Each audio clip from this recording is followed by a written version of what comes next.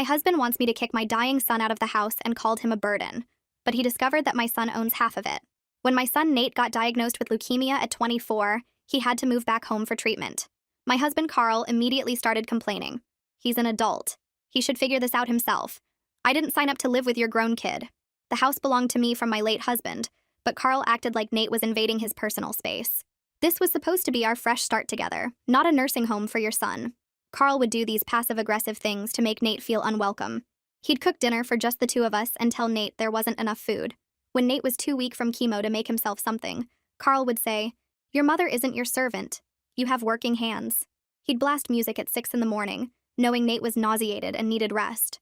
When I asked him to keep it down, he'd say, "I'm not changing my routine because your adult son can't handle real life." The worst was when Nate had treatments. Carl would complain about having to see medical equipment in his house. He'd make gagging noises when Nate threw up from the chemo. This is disgusting. Can't he do that somewhere else? He'd spray air freshener directly at Nate and say the sick smell was ruining his appetite. When Nate lost his hair, Carl bought him a hat that said "freeloader" and left it on his bed. "Just a joke," he said when I confronted him. "Someone needs to keep spirits up around here." Carl started trying to charge Nate rent. He's living here for free. That's not teaching him anything about responsibility. When I reminded him that Nate couldn't work because he was fighting cancer, Carl said, "Plenty of sick people still contribute. He's just using his illness as an excuse to be lazy." He'd leave printouts of apartment listings on Nate's bed. Circle Help wanted ads and tape them to his door. Tell him about friends whose kids were successful and independent. Tommy's son just bought his own house, but I guess some kids are raised to be achievers and others are raised to expect handouts. One day, Nate's white blood cell count dropped dangerously low, and he had to be extra careful about germs. Carl deliberately invited his poker buddies over, 6 guys smoking cigars and coughing everywhere. When I begged him to cancel, he said, "This is my house too. I'm not going to stop living because your son has a weak immune system." Nate ended up in the hospital with an infection that almost killed him. While Nate was in the ICU, Carl told me this was a sign. Maybe it's time to look into long-term care facilities. This isn't working for anyone. He actually brought me brochures for nursing homes. They have trained professionals. It would be better for everyone. That's when I remembered something important. The house wasn't just from my late husband. It was specifically willed to me and Nate. Carl had no legal claim to it at all. I'd never put him on the deed because my late husband wanted to make sure his son always had a home. I called my brother-in-law, who was a real estate attorney, asked him to pull all the paperwork. Sure enough, Nate legally owned half the house. Carl was basically just a guest who happened to be married to me. When Nate got out of the hospital, Carl was waiting with more apartment listings. I found some places with disability access. You could probably afford them with government assistance. That's when I told him to pack his things. Carl laughed. "You're kicking me out? Your husband? Over your freeloading son?" I showed him the deed. "This house belongs to me and Nate. You don't own anything here. You're the one freeloading. And now you're leaving." Carl's face went red. "You can't be serious. I'm your husband. I have rights." My brother-in-law walked in right then with eviction papers. "Actually, you don't. You're not on the deed. You have no rental agreement. You're here at the homeowner's discretion, and both homeowners want you gone." Carl tried everything. He cried about how he'd paid for groceries sometimes, how he'd fixed the garage door once, how he'd invested emotionally in making this his home. I gave up my apartment for this. Where am I supposed to go? Nate spoke up for the first time in months. His voice came out rough and thin, barely more than a whisper, but every word landed like a hammer. "You can go straight to hell, Carl." I stared at my son. This kid who'd always been so polite, so careful with his words even when he was little. Carl's whole face changed color, going from that angry red to this deep purple that made the veins in his forehead stand out. He opened his mouth, probably to yell, but my brother-in-law moved forward before Carl could get a word out. He held up the eviction papers, the official ones with the court seal and everything. "You have 72 hours to remove your belongings from the property. That's 3 days, starting right now." Carl turned to look at him, then back at me, then at Nate. His hands were shaking and he kept clenching and unclenching his fists. "This is insane. You can't just throw me out like garbage." My brother-in-law stayed calm, like he was explaining something simple to a kid. "Actually, we can. You're not on the deed. You never signed a rental agreement. You don't pay rent. Legally, you're a guest, and both homeowners want you to leave." Carl started pacing back and forth in the living room, his shoes making these heavy thuds on the floor. "I need more time. 3 days isn't reasonable. Where am I supposed to find a place in 3 days?" He turned to me with this desperate look. "I'm your husband. Doesn't that count for something? Don't I have rights?" My brother-in-law shook his head. "Spousal rights don't override property ownership. The house belongs to your wife and her son. You have no legal claim to it. You've been living here at their discretion, and that discretion has been revoked." I stood up from the couch and walked over to where Carl was standing. He looked at me like I might change my mind, like maybe I'd see how upset he was and back down. You can take whatever is clearly yours.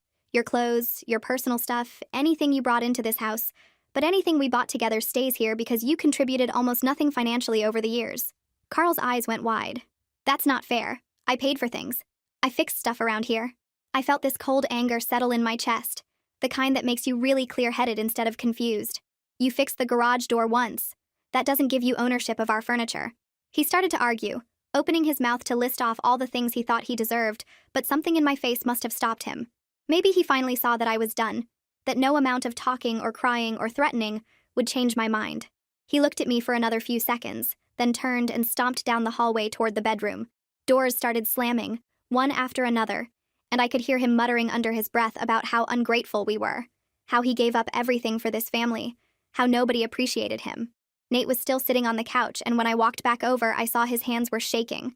Not just a little tremor, but really shaking, like all the adrenaline from standing up to Carl was hitting him at once. I sat down next to him and took his hand in both of mine. His skin felt cold and papery, the way it always did after chemo when his circulation got bad. "You okay?" I asked him, keeping my voice quiet. He nodded, but didn't say anything. I could feel him trembling, this whole body shake that came from pushing himself past what his body could handle. Standing up to Carl had taken everything he had, and now he was paying for it. My brother-in-law sat down in the chair across from us and waited until the slamming sounds from the bedroom stopped for a minute. "I'm going to stay for a while. Make sure everything goes smoothly. Do you have plans for dinner?" I realized I hadn't even thought about food. The whole confrontation had pushed everything else out of my mind. "I don't know. I could order something." He pulled out his phone and started looking at delivery options. "Let me take care of it. You two just sit here and breathe for a minute." While he scrolled through restaurant menus, I kept holding Nate's hand. The shaking was starting to ease up a little, but he still looked exhausted. Carl came back out of the bedroom carrying a box of his stuff and shot us this look full of anger and hurt. He set the box down by the front door with a loud thump, then went back for more. My brother-in-law looked up from his phone.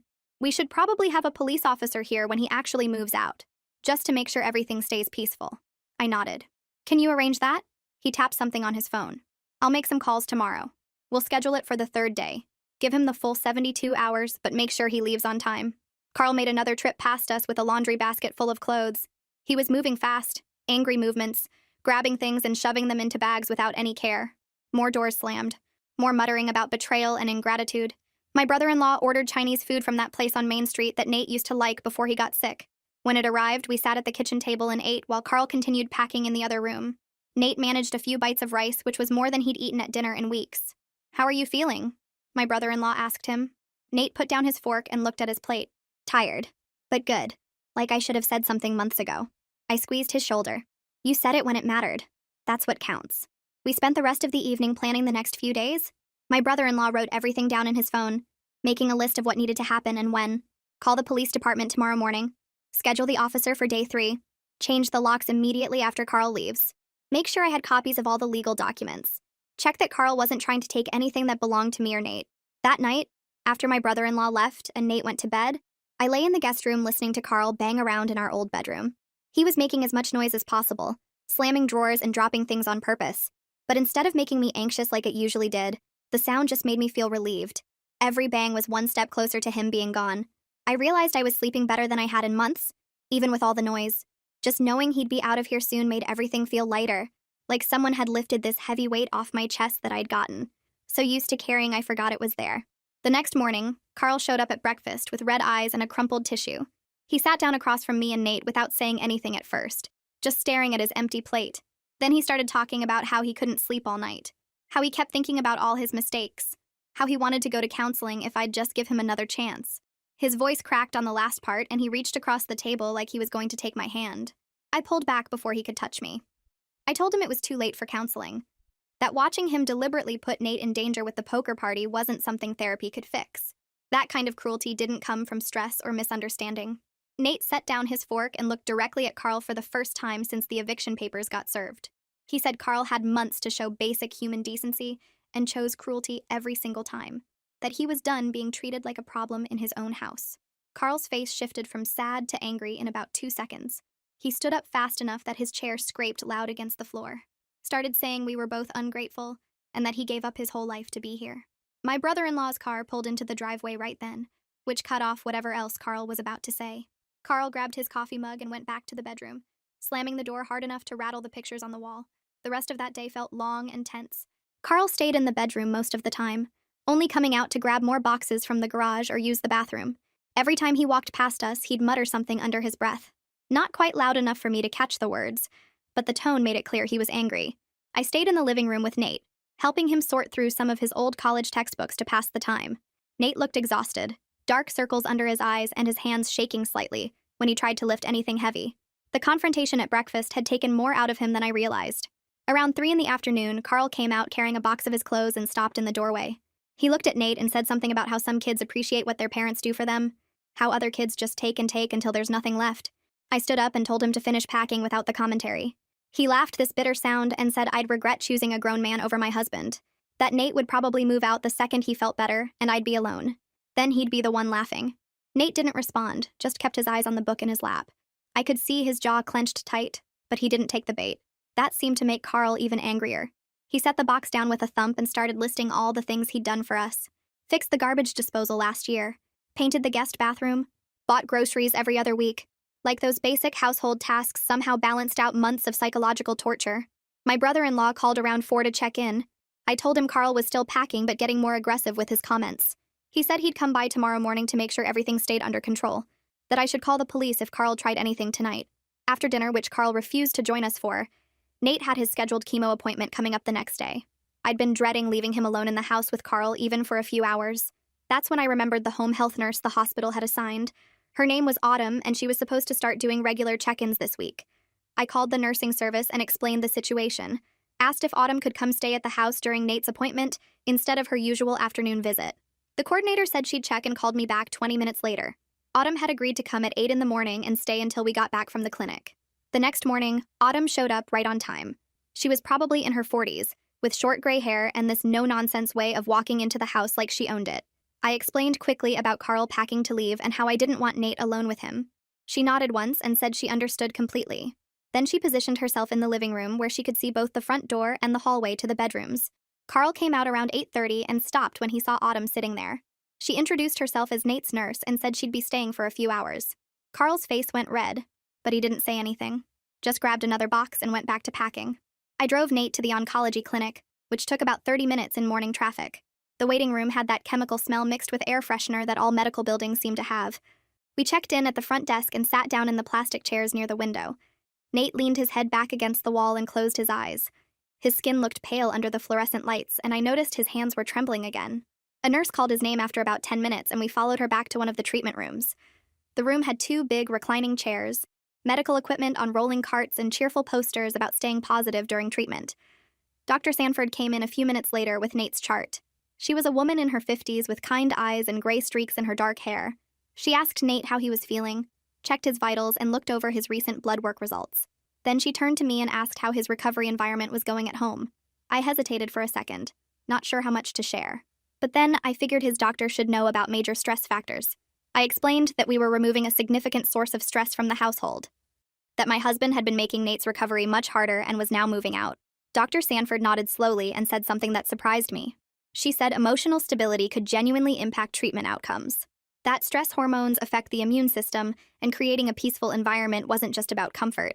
It could actually help Nate's body respond better to the chemotherapy. She wrote something in his chart and said she was glad we were taking steps to protect his recovery space. After the appointment, Dr. Sanford walked us out to the waiting area. A man was standing near the reception desk talking to one of the nurses. He looked up when we came out and Dr. Sanford smiled. She introduced him as her husband and said his name was Felix.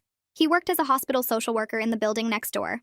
Felix shook my hand and said his wife had mentioned our family was going through a difficult time.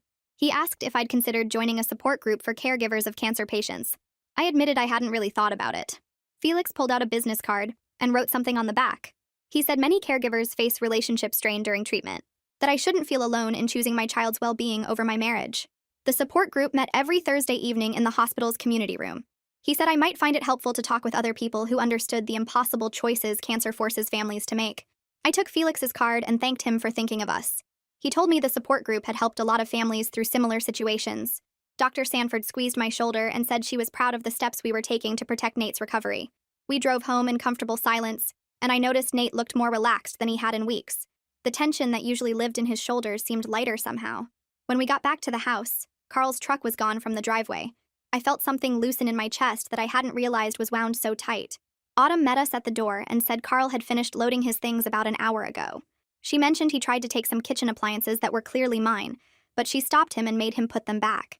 I thanked her for staying and asked if she could come back regularly to help with Nate's care. She agreed immediately and said she'd be here 3 times a week to check his vitals and help with the port care.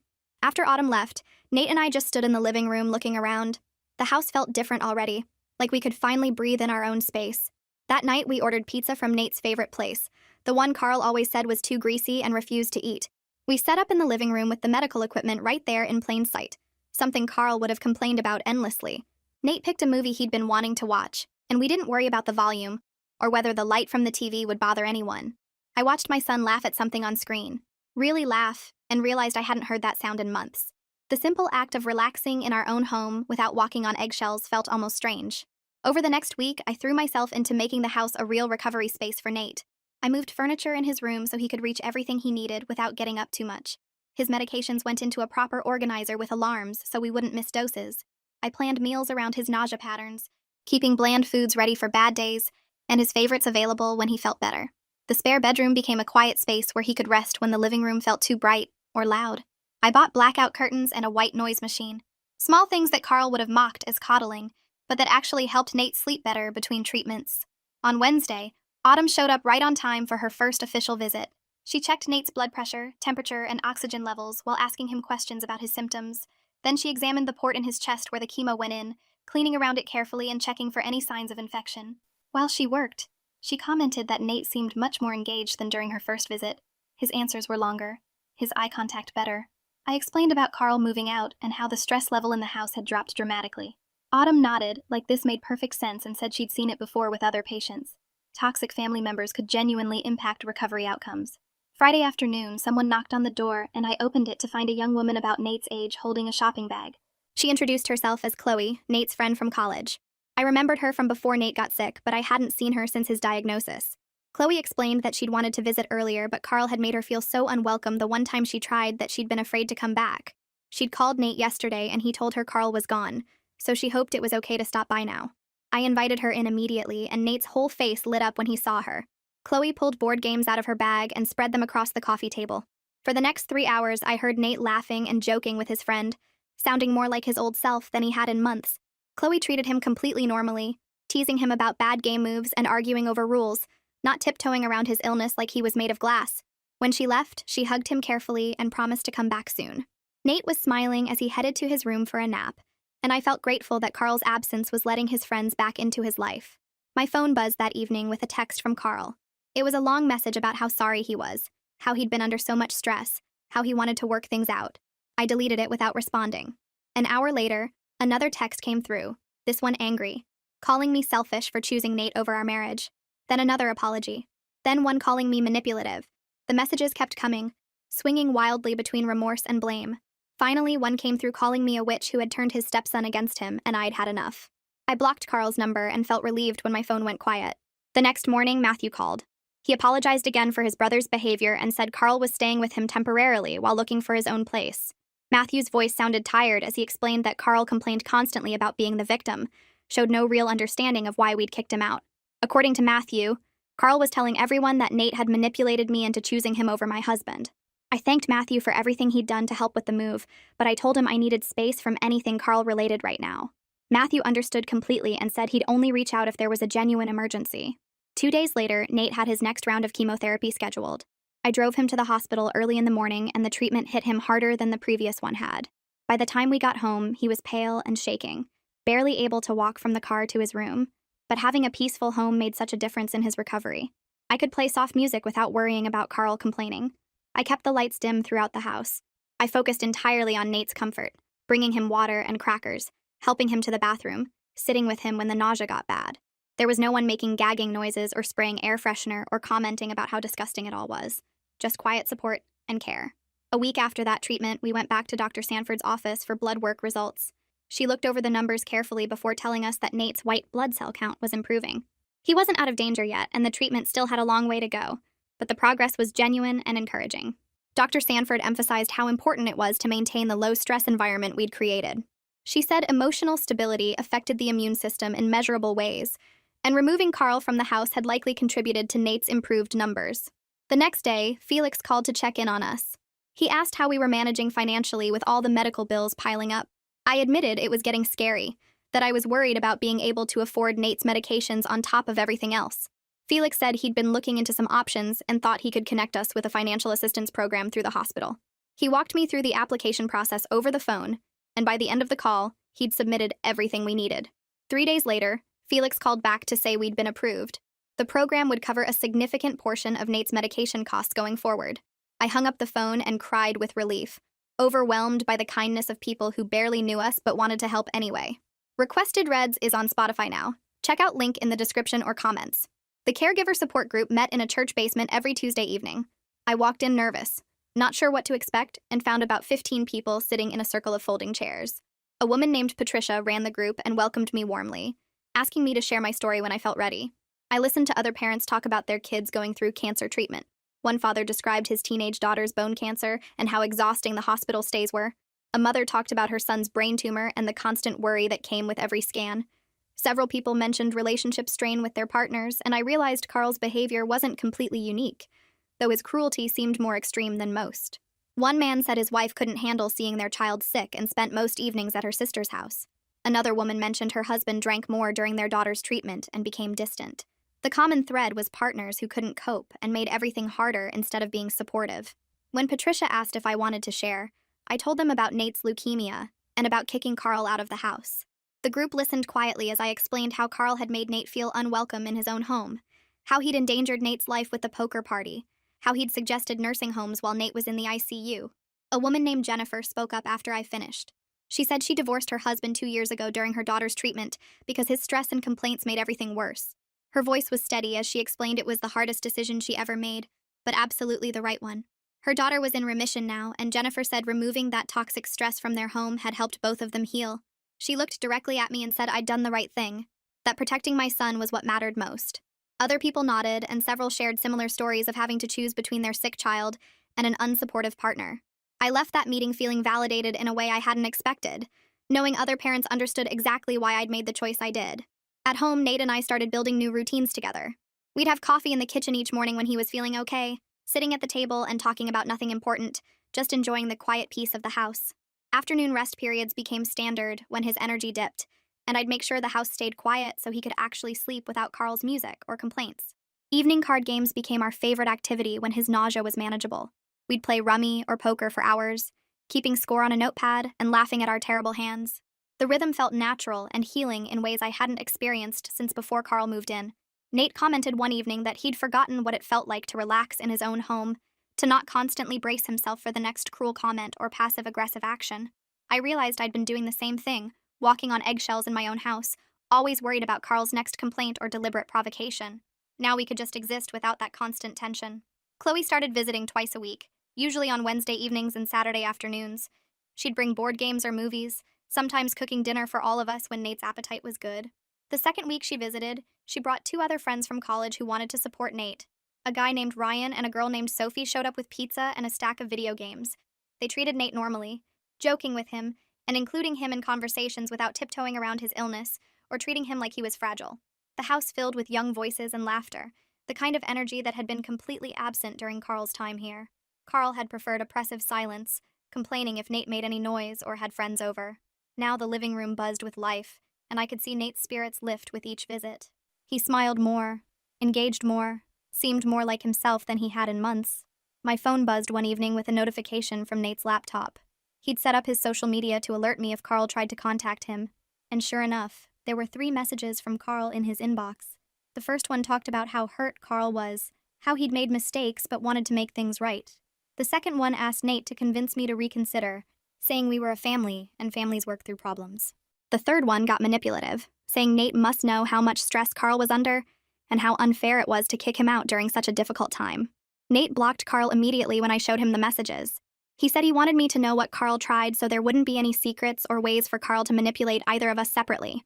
I was proud of how clearly Nate saw through Carl's tactics, how he didn't fall for the guilt trips or emotional manipulation. My brother-in-law called a few days later to check in and mentioned something interesting.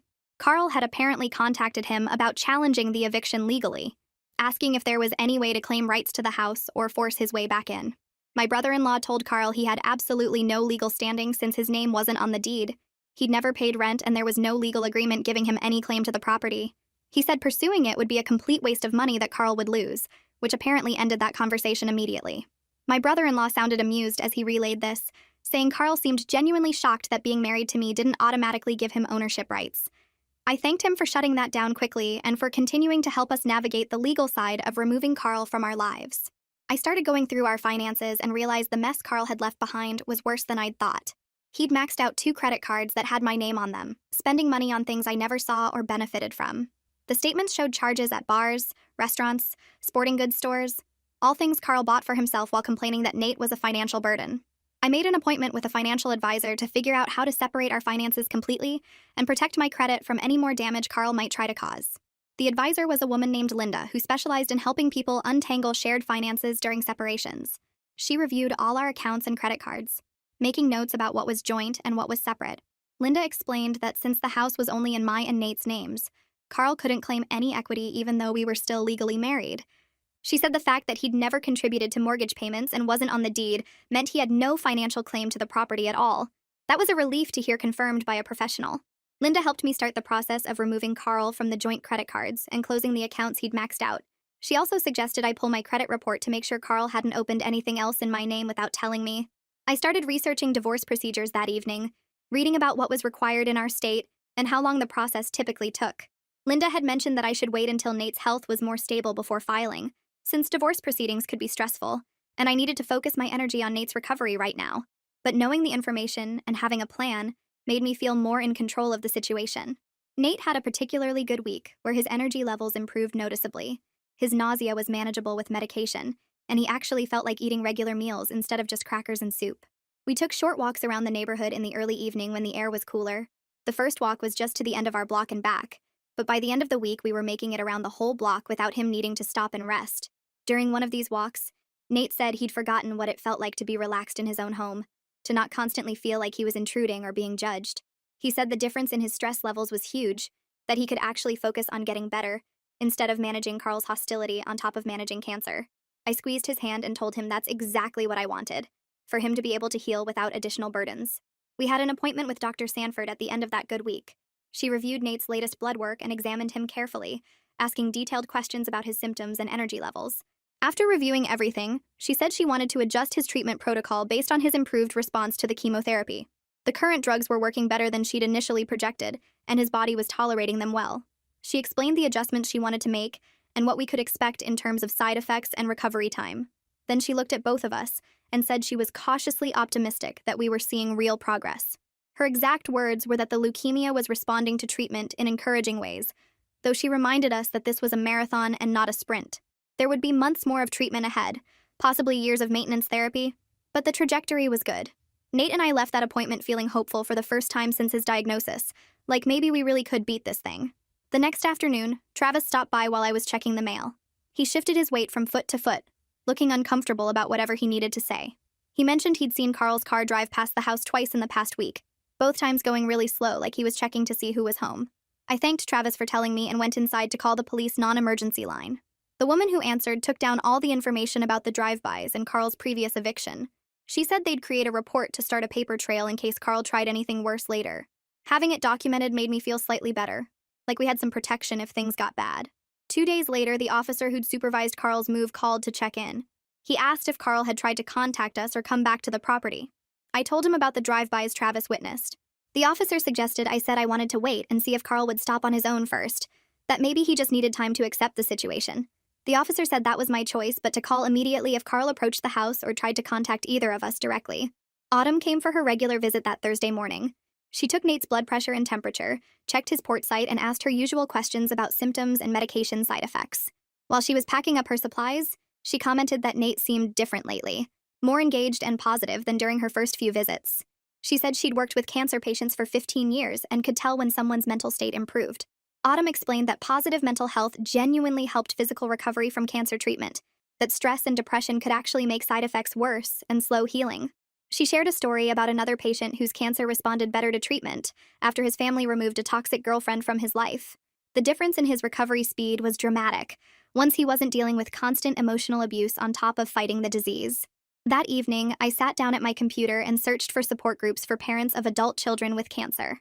I found an online forum with hundreds of members from all over the country. I created an account and spent hours reading through posts from other parents dealing with similar situations. Several members shared stories about having to make hard choices about partners who weren't supportive during their child's illness. One woman wrote about divorcing her husband because he kept pressuring their daughter to go back to work during chemotherapy. Another talked about kicking out her boyfriend who complained about medical bills. Reading these stories made me feel less alone, like I wasn't crazy or selfish for choosing Nate over Carl. I posted my own story in the introduction section, keeping it brief but honest about what happened. A few evenings later, Nate and I were sitting in the living room watching a cooking show. During a commercial break, he said something that caught me off guard. He told me he'd been feeling guilty about causing my marriage to end, that he kept thinking maybe he should have just tried to deal with Carl's behavior to keep the peace. I turned off the TV and looked at him directly. I explained that Carl's cruelty was Carl's choice, not something Nate caused by being sick. I told him that protecting him was my choice too, and I would make the same decision again without any hesitation. Nate's eyes got watery, but he nodded and said he was starting to understand that talking to the other young adults in his cancer support group helped him see the situation more clearly. Chloe showed up Saturday afternoon with her laptop tucked under her arm. She asked Nate if he wanted to video call some of their friends from college who'd been asking about him. Nate's face lit up in a way I hadn't seen in months. Chloe set up the laptop at the kitchen table and spent the next 2 hours helping Nate reconnect with people he'd lost touch with during treatment. I could hear laughter coming from the kitchen, actual, genuine laughter that made my chest feel lighter. Later, Chloe told me that social connection was just as important as medicine for Nate's recovery. That feeling isolated made everything harder. I hugged her and thanked her for being such a good friend to my son. My phone buzzed with a text from Matthew on Sunday morning. He wrote that Carl had moved out of his place and was staying with some friend now. Matthew said he'd tried multiple times to get Carl to see a therapist to work through his anger and resentment, but Carl insisted everyone else was the problem and he didn't need help.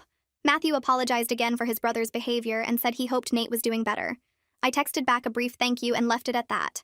I didn't have energy to discuss Carl with anyone right now. Wednesday evening was my caregiver support group meeting at the community center. When it was my turn to share, I told the group about having to choose between my son and my husband, about kicking Carl out to protect Nate's health and safety. The response from the other caregivers was overwhelming. Several people said I modeled the kind of courage they wished they'd had when facing similar situations.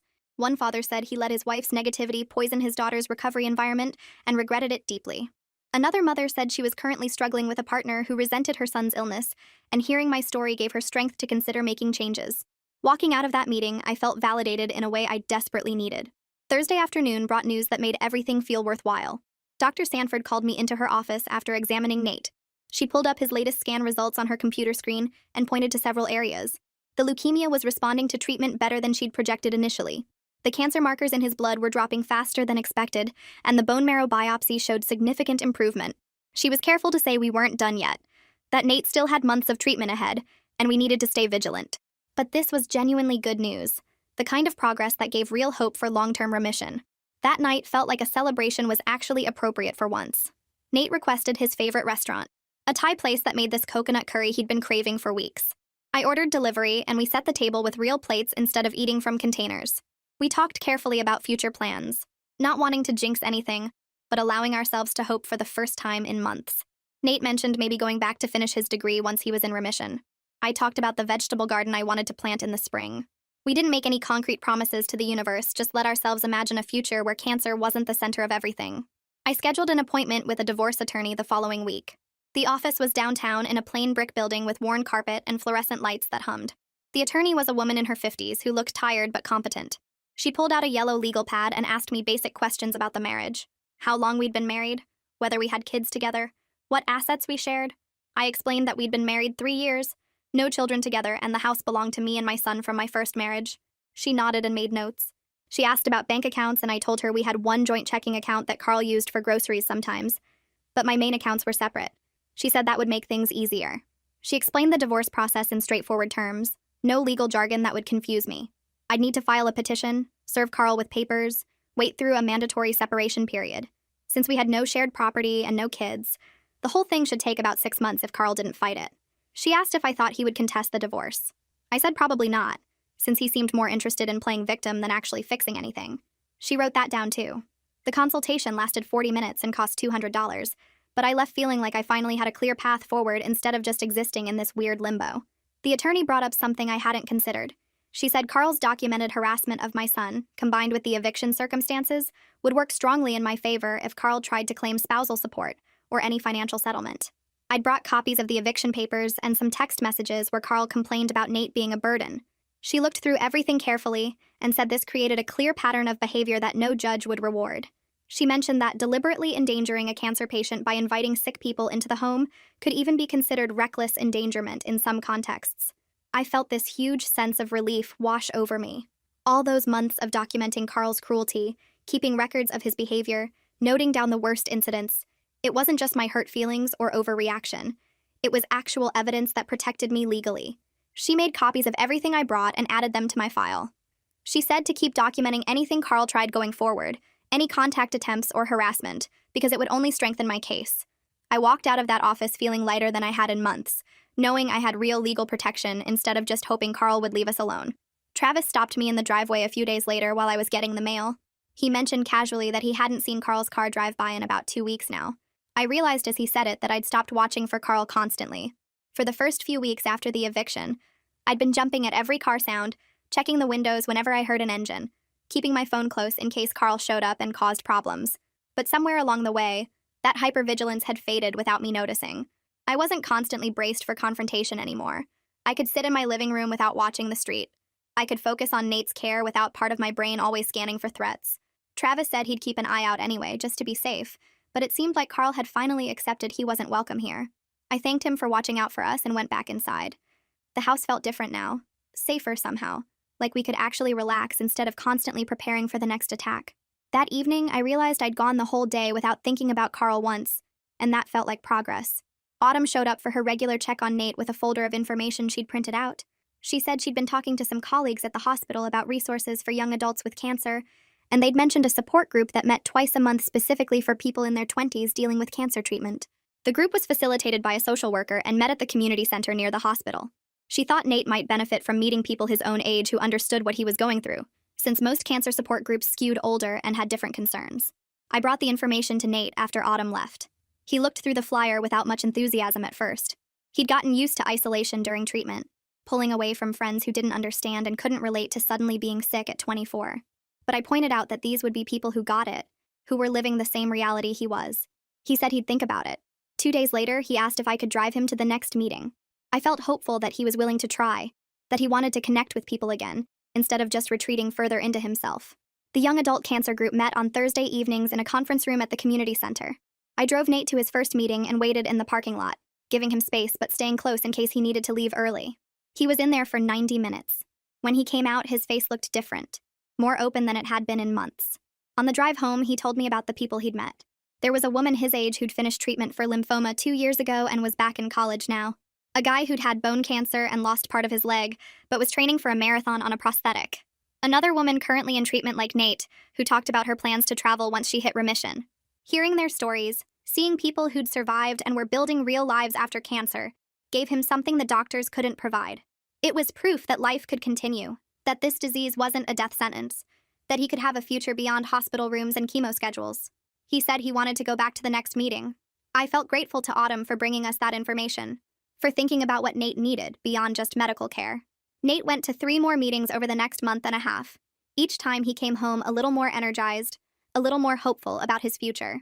At his next appointment, Dr. Sanford pulled me aside while Nate was getting blood drawn. She wanted to discuss his long-term treatment plan, now that he was responding so well to chemotherapy. She explained that Nate would need maintenance therapy for years, probably low-dose chemo and regular monitoring, but the prognosis was genuinely good. She used words like remission and survival rate and 5-year outlook, terms that felt almost impossible to believe after months of just trying to keep him alive day to day. She said his positive response to treatment was partly due to his age and overall health before diagnosis, but she also credited the stable home environment we'd created. Stress impacts treatment outcomes more than people realize, she said. Patients who feel safe and supported tend to respond better to therapy. She didn't know the details of what we'd been through with Carl, but she could see the difference in Nate's demeanor over the past few months. I thanked her and felt this overwhelming sense that kicking Carl out had been the right choice, that protecting Nate's peace had literally helped save his life. I woke up one morning without a headache for the first time in months. I'd been having tension headaches almost daily during Carl's time in the house, plus sleeping badly, waking up multiple times a night, never feeling fully rested. I'd normalized these symptoms, figured they were just part of being a caregiver under stress. But as the weeks passed after Carl left, I realized my body was healing too. The headaches stopped. I started sleeping through the night. My stomach problems cleared up. I had more energy during the day.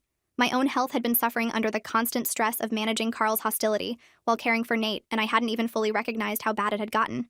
Now that the household tension was gone, my physical symptoms disappeared. I could focus on taking care of Nate without my own body breaking down from the strain. It made me angry in retrospect, realizing how much Carl's presence had damaged both of us. But mostly I just felt grateful that we were both recovering now. Chloe came over one Saturday afternoon and asked if we could talk privately. We sat at the kitchen table with coffee while Nate napped in his room. She said she'd been thinking about our situation and wanted to make an offer. Her current apartment lease was ending next month, and instead of renewing, she wondered if she could move into our spare bedroom. She'd pay rent, split utilities, help with Nate's care when needed. The rent money would help us with medical bills, and having another person in the house would mean I wasn't solely responsible for everything. I told her I needed to discuss it with Nate first since he co-owned the house, and this would affect him too. That evening I brought it up with Nate. His face lit up at the idea. He said having Chloe around made everything feel more normal, less like a medical facility and more like a home. We talked through the practical details, what rent would be fair, how we'd handle household responsibilities, whether Chloe understood the reality of living with someone in cancer treatment. The next day, I called Chloe and told her yes. Suddenly, our home felt like it was becoming a real family space again. Not the tense battlefield it had been with Carl, but a place where people actually cared about each other. Chloe moved in 3 weeks later with enthusiasm and respect that felt completely different from Carl's entitled attitude. She brought her furniture for the spare bedroom, her books and plants and artwork that made the space feel lived in. She immediately asked about house rules, about what times to keep quiet for Nate's rest periods, about cleaning schedules and food arrangements. She wanted to fit into our household, not force us to accommodate her. The first week she was there, she cooked dinner twice without being asked, cleaned the kitchen thoroughly, and spent an evening setting up a video game system in the living room so she and Nate could play together when he felt up to it. Her presence added life to the house without any of the toxicity Carl had brought. She'd laugh with Nate about college memories, include me in their conversations, respect when Nate needed quiet or when I was stressed about medical appointments. The house felt warm again, like a place where people actually wanted to be, instead of a prison we were all trapped in. 6 months after Carl's eviction, I finally filed for divorce with my attorney's help. The paperwork went through the court system without any contest from Carl. He never responded to the petition, never tried to fight the terms, never showed up for any hearings. My attorney said this meant he'd either accepted the situation or moved on to other concerns. I suspected he'd found someone else to manipulate, some new person who didn't know his patterns yet. The divorce was finalized on a Tuesday morning in a brief court hearing where the judge reviewed the uncontested petition and signed the decree. I walked out of the courthouse feeling free in a way I hadn't felt since before I married Carl. That evening, Nate, Chloe, and I celebrated with takeout from Nate's favorite restaurant. We didn't make a big deal of it, didn't throw a party or anything dramatic, just quietly acknowledged that this chapter was finally closed. Nate raised his glass of juice and said he was proud of me for choosing us over Carl. Chloe agreed. I felt like we were finally building the life we deserved, one where cancer was the main challenge we faced, not deliberate cruelty from someone who should have been supporting us. Nate's next chemo session went better than any of us expected. He sat in the treatment chair for 4 hours while the medication dripped into his port, and he barely felt sick afterward. Dr. Sanford came by to check his vitals and review his latest blood work. She said his white blood cell count was holding steady, his platelets looked good, and his body was handling the treatment better than most patients she'd seen. She pulled me aside in the hallway and mentioned that Nate's positive attitude was probably helping more than he realized.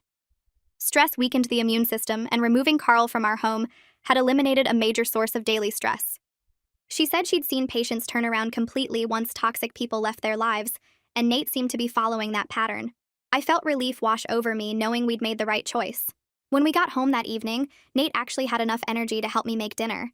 He chopped vegetables while I cooked chicken, and we talked about normal things like what movie we wanted to watch later. It felt almost normal, like we were just a regular family doing regular things instead of fighting cancer every single day. The three of us fell into comfortable routines over the next few weeks. Friday nights became movie night where we'd order pizza and watch whatever Nate picked.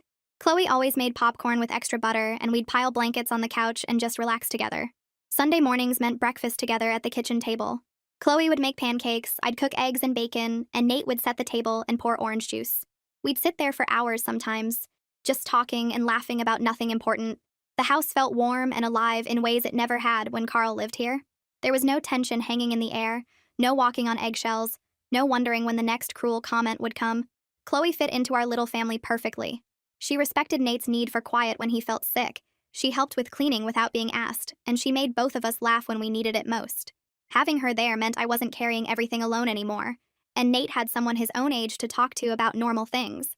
My brother-in-law came over for dinner on a Thursday evening. I'd made lasagna, Nate's favorite meal, and we all sat around the dining room table together. He looked around the house and commented on how different everything felt now. He said Nate looked healthier, that there was color in his face again, and that I seemed happier and less stressed than he'd seen me in years. He told us that helping us evict Carl was one of the most satisfying legal cases he'd ever handled. Most of his work involved boring paperwork and difficult divorces, but getting to help family and remove someone genuinely harmful from our lives felt meaningful. He said he'd worried about me during those months with Carl, that he'd seen how drained I looked whenever he visited, but he hadn't wanted to overstep. Now he could see we were healing, both of us, and that made him glad he'd been able to help. Nate thanked him for stepping in when we needed it, and my brother-in-law just smiled and said that's what family does. One evening, about a week later, Nate and I sat together on the front porch watching the sun go down. The sky turned orange and pink, and the air was cool, but not cold. Nate was wrapped in a blanket and I had my coffee mug warming my hands. He turned to me and said thank you for choosing him when it mattered most. His voice was quiet but steady.